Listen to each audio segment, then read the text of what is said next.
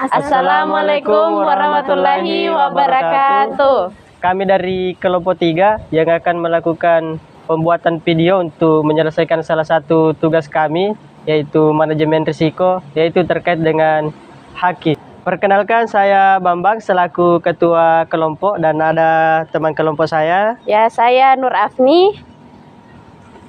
Saya Delia Pisa. Saya Fitra Wahyuni. Saya Ancana Muslimah.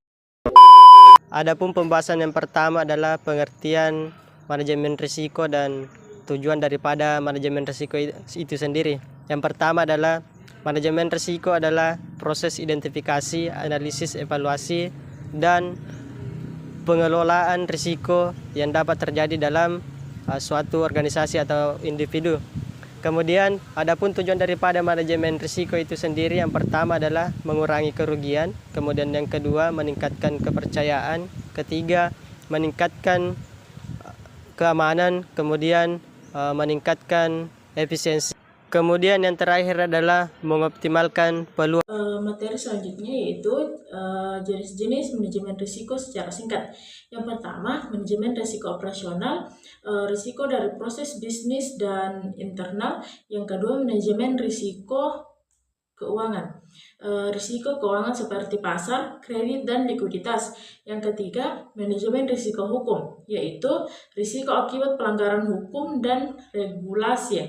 Yang keempat, manajemen risiko strategi, yaitu risiko dari keputusan jangka panjang. Dan yang kelima, manajemen risiko reputasi, yaitu risiko yang mengaruhi citra perusahaan. Selanjutnya, fungsi manajemen risiko, yaitu ada 5. Yang pertama, identifikasi risiko, mengenai potensi risiko yang bisa terjadi. Yang kedua, analisis risiko, yaitu menilai seberapa besar kemungkinan dan dampak risiko. Yang ketiga, evaluasi risiko, yaitu menentukan risiko mana yang perlu ditangani.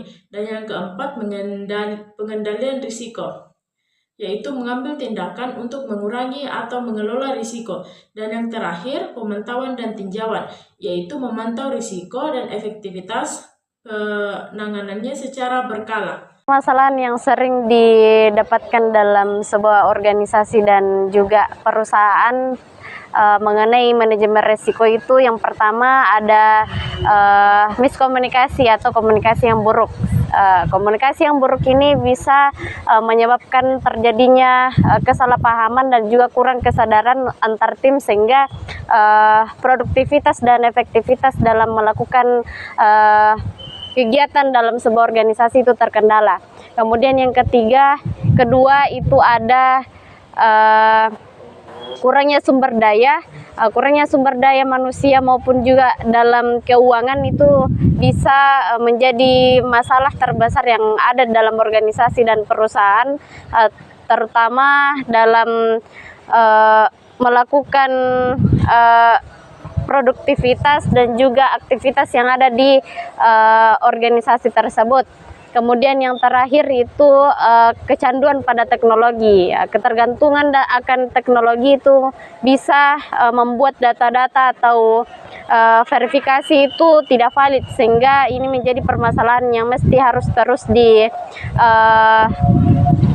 dicarikan solusinya. Dan solusi yang kemudian bisa saya tawarkan itu adalah bagaimana kita mengidentifikasi risiko melalui analisis SWOT. Kita bisa mengetahui melalui apa saja kendala-kendala, kemudian ada peluang yang ada dalam organisasi itu sendiri, sehingga itu bisa dijadikan bahan untuk menyelesaikan masalah dalam sebuah organisasi. Baik, materi selanjutnya yaitu cara menghadapi manajemen risiko. Yang pertama yaitu mengenali potensi risiko yang mungkin terjadi dalam suatu bisnis atau usaha.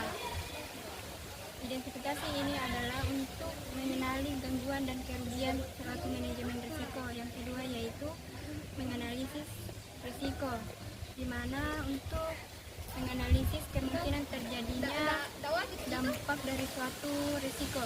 Yang ketiga yaitu mitigasi risiko. Mitigasi ini adalah upaya untuk mengurangi kemungkinan terjadinya risiko dan meminimalkan dampaknya. Yang keempat yaitu melakukan evaluasi dan pemantauan. Setelah langkah-langkah mitigasi diterapkan, penting untuk melakukan evaluasi terhadap efektivitas strategi yang dijalankan. Apabila masih terjadi kelemahan, maka perlu dilakukan penyesuaian atau perbaikan ulang agar baik. Materi selanjutnya yaitu cara menghadapi manajemen risiko. Yang pertama yaitu mengenali potensi risiko yang mungkin terjadi dalam suatu bisnis atau usaha. Identifikasi ini adalah untuk mengenali gangguan dan kerugian selaku manajemen risiko. Yang kedua yaitu menganalisis risiko, di mana untuk menganalisis kemungkinan terjadinya dampak dari suatu risiko. Yang ketiga yaitu mitigasi risiko. Mitigasi ini adalah upaya untuk mengurangi kemungkinan terjadinya risiko dan meminimalkan dampaknya. Yang keempat yaitu melakukan evaluasi dan pemantauan. Setelah langkah-langkah mitigasi diterapkan, penting untuk melakukan evaluasi terhadap efektivitas strategi yang dijalankan. Apabila masih terjadi kelemahan, maka perlu dilakukan penyesuaian atau perbaikan ulang agar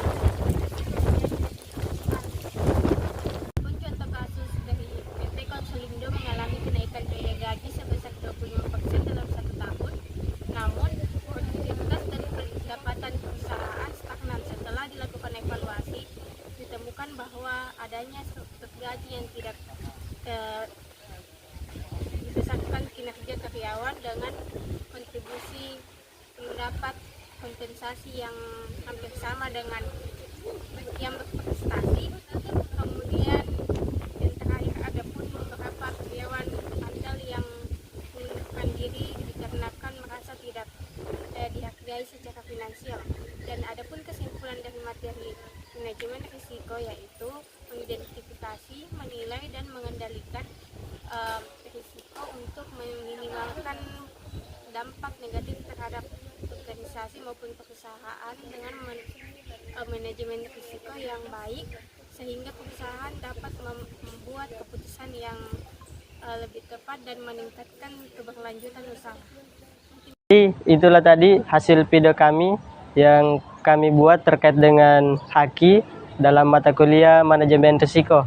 Sekian dan terima kasih. Wassalamualaikum warahmatullahi wabarakatuh.